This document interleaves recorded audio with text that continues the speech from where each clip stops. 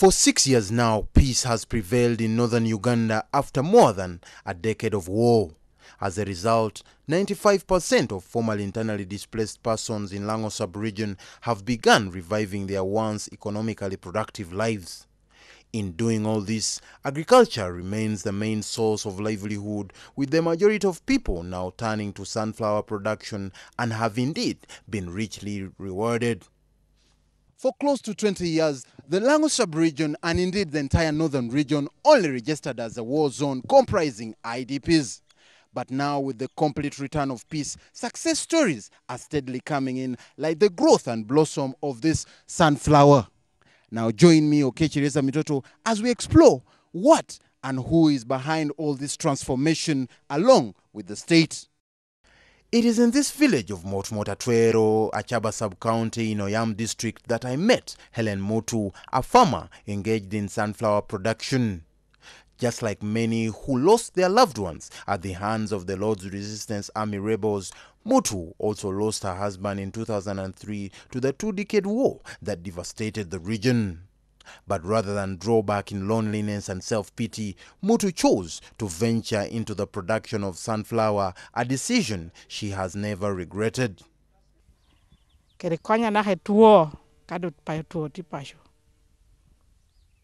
Dong mia bero yom chun me poyo Mukwano kede korea me ginomio pikonyo pur pedangan keken achalo da hoto monu kene da tia kopori bora dango tiu konyo chulo kwan ame nugi no dong kich mago nwe kwaigi mago no dango tinogi ti dango chulo kwan.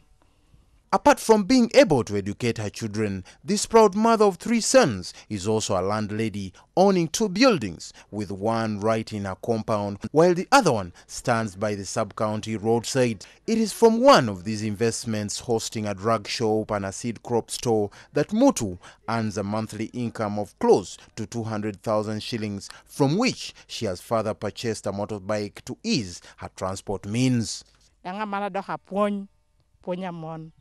Ikope pur mekelu chente ita chao mio iberu dana me tiu ginoro so jo apolo koporo mona pol kede chokere dang nyek yen no neno ni daha me chwara da toko tia timo ginoro. At the heart of such success stories in Lango sub-region is the Mukwano group of companies. Mukwano chose to invest in agriculture for several reasons. Number one, agriculture is very important to Uganda. When you develop the country, we need to bring our people up. Number two, Uganda is heavily reliant on foreign exchange. Mukwano is a large importer of its raw materials. What better than to source the raw materials as much as possible locally? So therefore, how can we substitute through a local product the importation of crude palm oil that we import from Indonesia and Malaysia? We decided to look at how we could develop a local oil seed crop that could enable us to do import substitution. Mukwano has for long initiated and supported the production of sunflower and soya beans on a commercial scale, providing a ready market for oil seed crops. This encourages the farmer because he knows that even if there is a shortfall in supply, when they know there is a bumper harvest, the price will not go below 500 shillings. This success story of soybean and sunflower production in the region triggered the company to recently set up a modern solvent extraction plant. The advantage with the solvent extraction plant as in this industry is that you extract oil from the grains up to the maximum. What is left in the cake, that which is the byproduct, is less than 1%. Actually, it is 0.5% that remains in the cake. So we get the total oil from the seeds 100%. This highlight of the transformation of Lango sub-region by this big private sector player in agriculture is also brightening the day for Benjamin Okello, a farmer in a Lebtong district. Sunflower, berere kitana nuokede, tikiti, tichere yot, meario.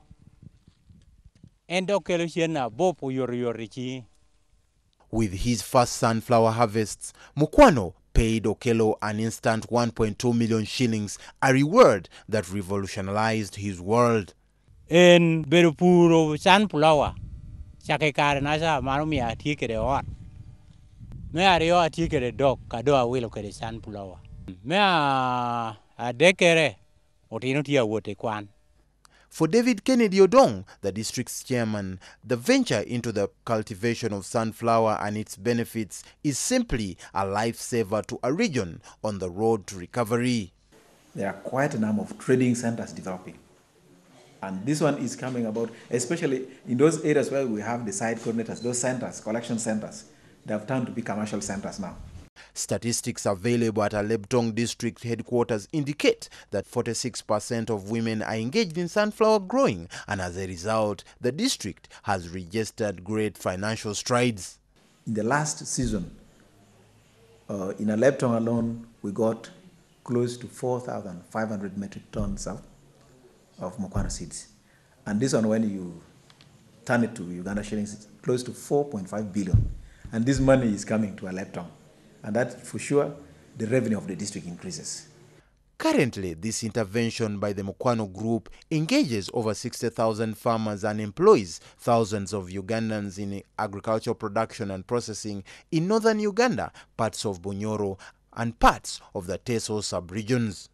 In the last year, Mukwano has been pumping in the region of, I would say, 50 billion shillings per annum.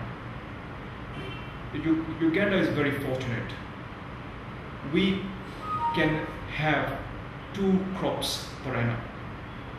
Remember, soybean, sunflower, and maize are 90 to 110 day crops. And the good weather in Uganda enables us to have 2 crops per year. That means 2 harvesting seasons. So there's tremendous cash flow during that harvest time. We're estimating that this year, i.e. the next 12 months, we're going to pump in anything between 50 and 70 billion shillings into that sector in terms of cash flows to our farmers.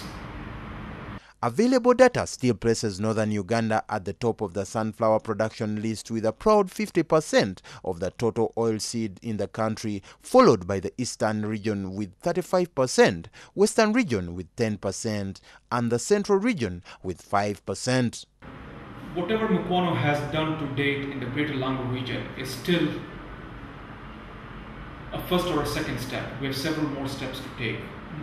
That is our future.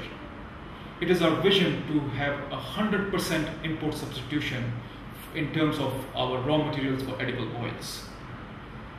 Today we have in excess of 70,000 farmers signed up for the Outgrow program.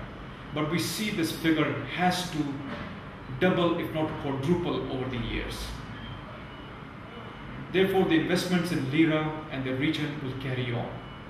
We have also plans to install new factories. Overall, our vision is to pump in another $25 million within the next 2 to 3 years in capital equipment to strengthen our base in Lira and to safeguard our future.